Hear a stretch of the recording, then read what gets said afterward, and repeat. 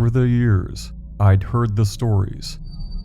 A place at Utica, Indiana, high above the Ohio River, shrouded in mystery and dark tales. A place nicknamed the Witch's Castle. Some say it was the site of an ancient castle built sometime in the 12th century by the Welsh Prince Madoc, predating Christopher Columbus by over 300 years. Others have told dark tales of murder on this land, such as that of a robber that killed two parents, leaving a child to grow up to become a vengeful adult, one that abducted and killed 7 of the robber's family members on this property before shooting himself. But the most popular is that a coven of 3 witches once lived here in this place once called Mistletoe Falls. Rumors abounded that they abducted children and used them in dark rituals, to the point local people marched to the castle and burned it to the ground. Thereafter, the witches put a curse on those people and anyone that dared trespass this unholy ground. But is it only folklore, or is it something else?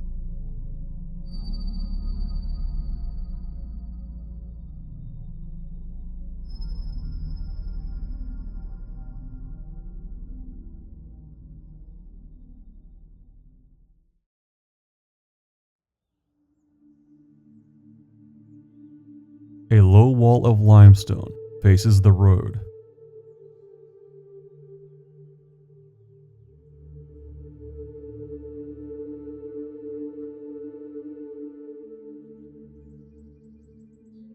Embedded in the wall are various incredibly heavy millstones. Strangely, my first thought was a Bible verse, Matthew 18:6. But whoso shall offend one of these little ones, which believe in me, it were better for him that a millstone were hanged about his neck, and that he were drowned in the depth of the sea. Now overgrown and being taken back by nature, the stone steps are obscured, hiding what's behind them. But a short step forward shows what looks like the stone turret of a castle and untold mysteries ahead. A stone staircase leads upward, revealing nothing until you arrive at the first level. You are met with what some call a dungeon, where allegedly people were held against their will. To enter, you must bow below twisted vines, which almost makes it seem more sinister, like the storybook lair of something evil. Inside is a low, cramped space, roughly 20 feet by 10 feet. Both here and other places on the grounds have heavy graffiti made by those that have dared to come here and tempt fate. But perhaps the most ominous detail are the iron bars. If this were only a basement, why would bars be required? Was it to keep people out? Or, as some have suggested, was to keep people in? Just above is a large fireplace and chimney in the foreground.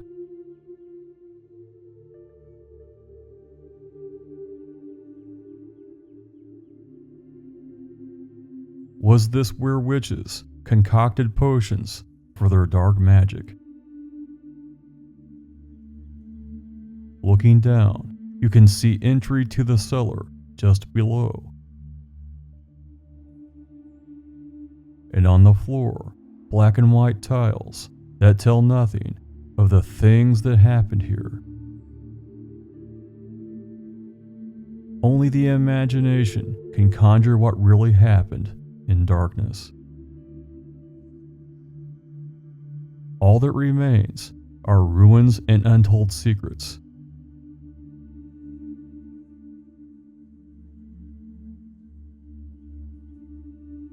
A moat leads to perhaps the most interesting structure.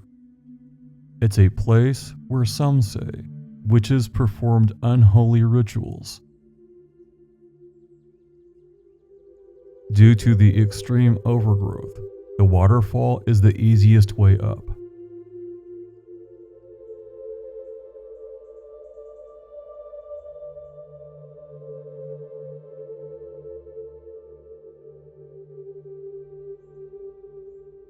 Like something out of a storybook, the limestone structure protrudes out of the landscape, beckoning approach.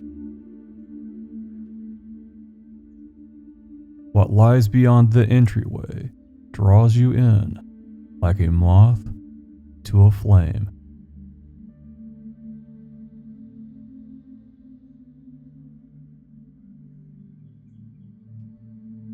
To the right is an altar and fireplace. Whatever artifacts were here are now gone to the ages. But what remains are the remnants of burned candles and whispers of the past. Nothing here is holy or sanctified, desecrated by years of abuse. A lone window looks out above the Ohio River, offering no clues, but begging more questions. But with all the stories ever told, no matter how outlandish, there's a splinter of truth, and there are some things that we do know. There is no proof that any torture or murders ever occurred here. There are also no police reports to back up any of these tales. And that's including the 1992 murder case of Shanda Sharer. While she was brought here to intimidate and scare her, she was neither tortured or murdered here. That instead happened at Madison, Indiana. But what about the bars on the windows? Isn't that a little unusual? In the 1940s, a man named J. Paul Druyan built a house here.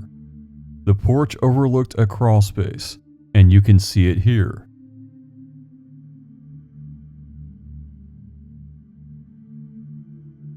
The bars allowed ventilation under the crawl space and kept animals out.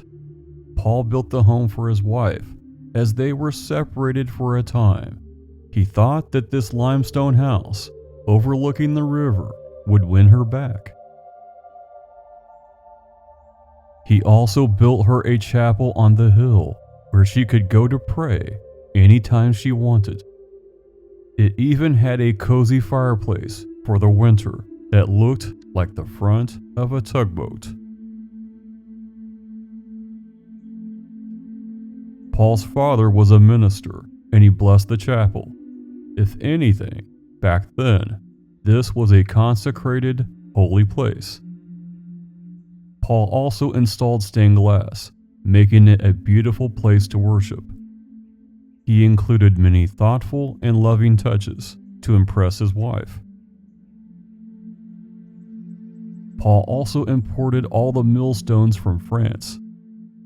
Without a doubt, he wanted to create an impressive place of peace and beauty for his wife, quietly situated along the Ohio River. And after all that planning, hard work, and expense, Paul's wife did not want to live there.